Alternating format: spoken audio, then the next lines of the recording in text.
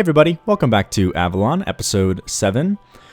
Today's episode, we're going to go all over the place and do quite a few different things that I am very excited about, of course.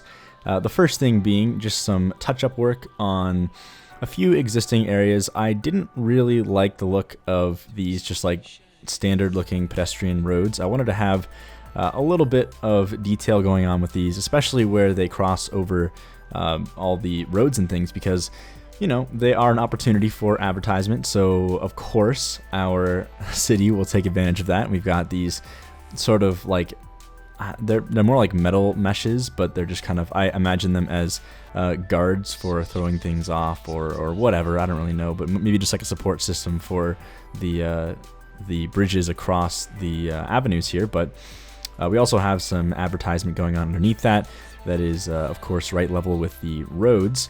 And then once we finished that up, I wanted to get into a very interesting design here for our second station. And I told you guys, I said this ahead of time, all of these stations are going to be kind of a challenge to build and honestly quite a bit of fun, because every time that we want to build another station for these two elevated routes that run above the city, we got to get pretty creative with the buildings, because we have to have the station at like a 30-meter high height, and it's very challenging to place big stations up here without having a lot of buildings underneath to mask all of the terrain glitching and all that weird stuff going on. So this is where this very, very dense block comes into play, and it's also again kind of part of the residential block in that there are quite a few residential buildings all attached into this area, with of course a few office buildings here and there towards the back end, and they very, very tightly come together to form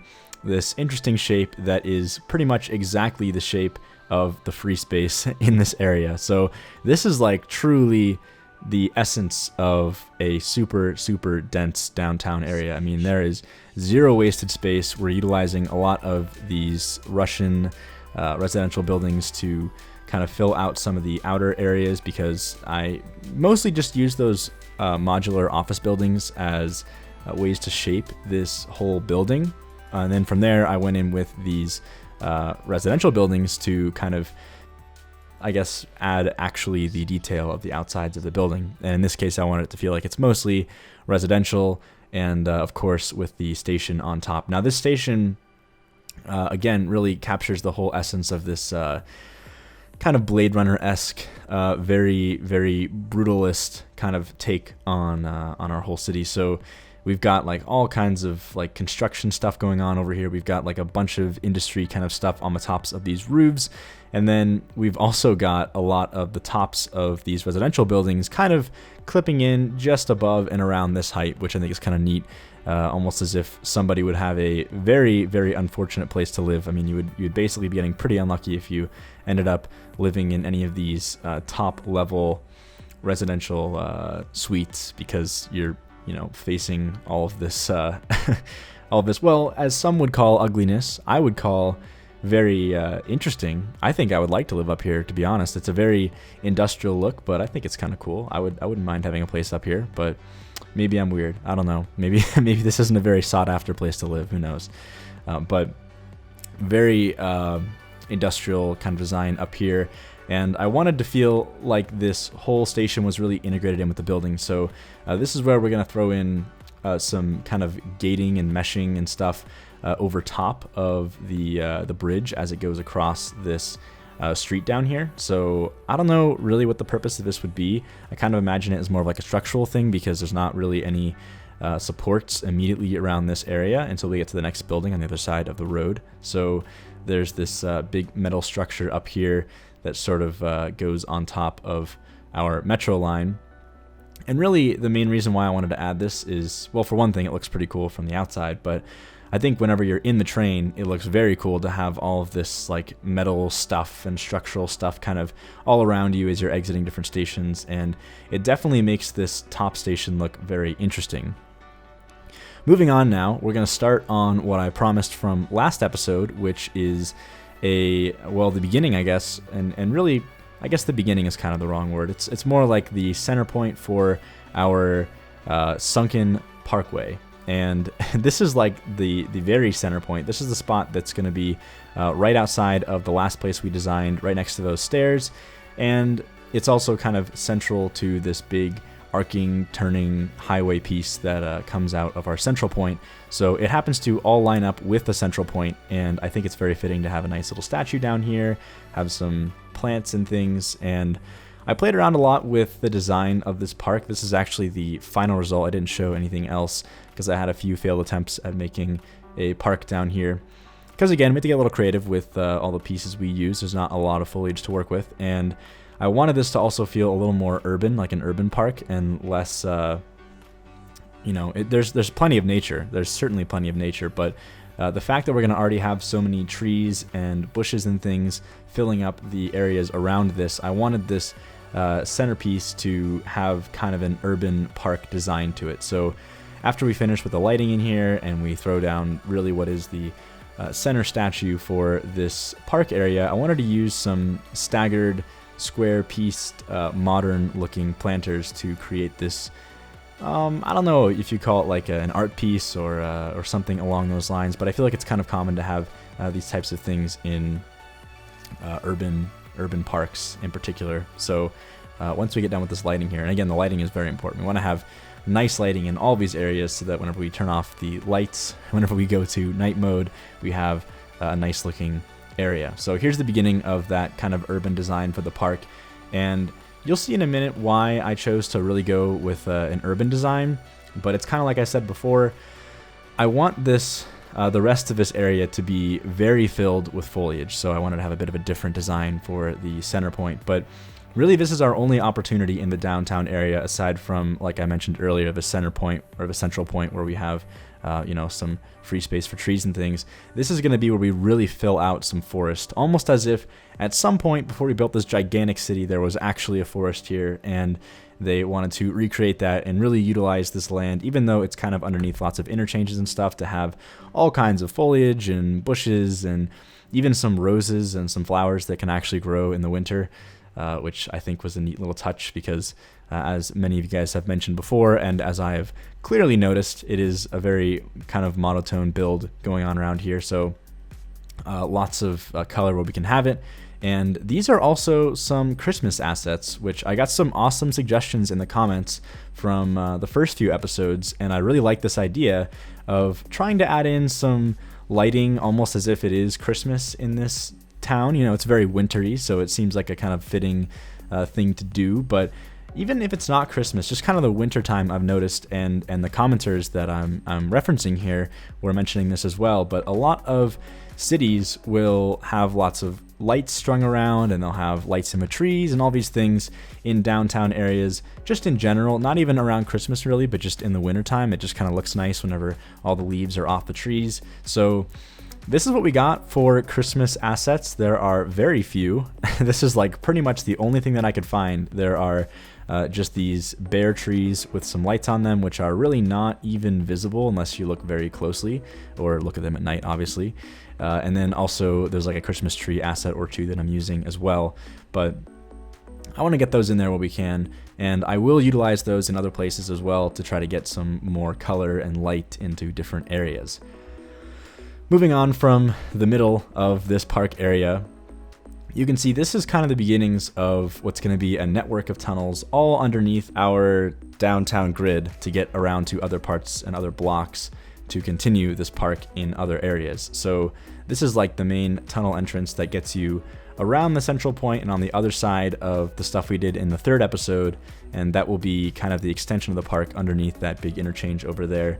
And then this park will also extend in the opposite direction, kind of down along where our elevated metro line is going. So you can see already we're adding a ton of foliage. There's all these bushes, we got some rocks, and ooh, I should mention this. These surface rock packs, which I don't even know who made these. These have been around for a long time though. These look incredible in snowfall. Like the way that the snow gets added on top of the rocks just happens to work really, really well, which is kind of surprising because usually whenever the snow gets added onto non-snowfall specific assets, it kind of looks odd and sometimes it looks a little unnatural, but in the case of these rocks, it looks really, really good. So I'm going to use these quite a bit in areas where I imagine the city planners would want to have, lots of nature, and they want to throw in as much as they can to kind of hide the fact that you are actually underneath a giant interchange and there are key walls all around you. So these rocks kind of mask that a little bit in the back, and then of course with the trees and the foliage, it sort of all comes together here. And now we're moving on to extending this park a little bit. Like I said before, we're going to bring this thing all the way down underneath this second interchange. This is going back away from the central point and kind of underneath the route where this elevated metro is going to go in the future. But it's also next to the station we just built in the beginning of this episode. So again, utilizing all this space because we couldn't really fit anything else in here, and I kind of like the idea of having like a big park that is not super intrusive on the downtown area. I know that sounds terrible, like, oh, don't let nice parks intrude on the downtown area, but I don't know. I think that that's sort of the way that this city is built, really. I mean, we're definitely putting focus on density over parks, so that's kind of the way this is going. And, if you notice in other cities, right, you go to like New York City, you've got Central Park, you've got like these huge blocked out areas specifically for parks, and I kind of imagine that because of the fact that we have all these interchanges and we have opportunities to build parks underneath them or around them where we can't have buildings anyway, you could kind of more tightly integrate them in with the city, and then you wouldn't actually have to waste space where you could otherwise have more buildings. Again, this is sounding maybe not, I wouldn't be your first pick for a city planner in a local city, I'm assuming, if I was making choices like this, but I think it fits the theme very well. So that's what we're going with. Adding some more trees in here. And this is really, it kind of surprised me actually. I never really think about this, but trees have so many tries compared to any other asset that you download, as it seems anyway. I mean, per the size of the object, right? I mean, if you download a building, it's going to have obviously more tries than a single tree, but a single tree still has quite a bit of tries considering how big it is. So when you fill these areas out, this is when you really start hitting your FPS, and that's been the great thing about this project, is because we have so few trees, and this is really one of the only areas where I'm doing some dense landscaping and I'm really throwing in a lot of foliage. I'm not having a huge hit to my FPS. In fact, this is the first time that I even noticed having a dip in my FPS, and that was after adding all of these bushes and these flowers. And I think the real culprit here is actually these rose bushes and these flowers that have what seems to be pretty high try counts. So this is sort of a unusual thing. There's not going to be a lot of areas like this, really just where the parks are, and that's about it. So I don't think it'll be too big of a deal going forward, and I don't mind really utilizing all of these assets to their full potential as we build out these parks.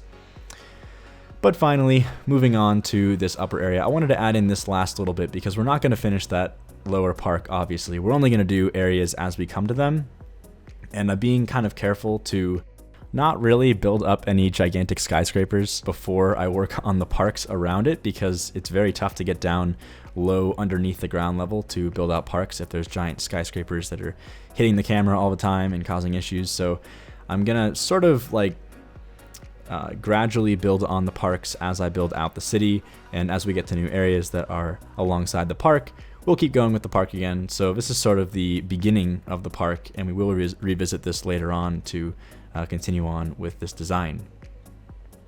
Of course, using some more of these planters around here, and I'm mostly just trying to polish off this block because I did the rest of this block a very long time ago. This is the back side of the block that is pretty much, is catty corner the right word? I'm not actually sure if that's the right word, but it's the exact opposite corner from the corner that is facing the central point. So it is a part of the same block that is next to the central point, and I built out some buildings here and there beforehand, but I happened to find this building that just like perfectly fits in this corner. Like you saw earlier, it is literally like within a meter of the highway ramps, but it's like perfect, and it just kind of is a nice triangular shape, and it sits nicely, and it's super tall. And these are the kinds of buildings that I really need to find to make sure that our downtown area still has a very strong, a very dense looking skyline, and still, you know, can have all these highways running through them, because the highways certainly do make it tough to get these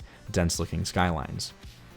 Also adding a Starbucks down here, you know, some ground level restaurants and things here and there, I think kind of add a lot to the design of this city, because if we just had the base of some of these buildings really don't even have any like entry points designed in them, or like a nice kind of ground level entrance area or anything. Like this one doesn't seem to have much of anything. It's really just a continuation of the glass pattern. So we'll go ahead and add some ground level buildings to sort of remedy that situation. But with all that said, we are pretty much right at the end of this episode now. So I hope you all enjoyed this one. And as always, thanks for watching, and I'll see you next time.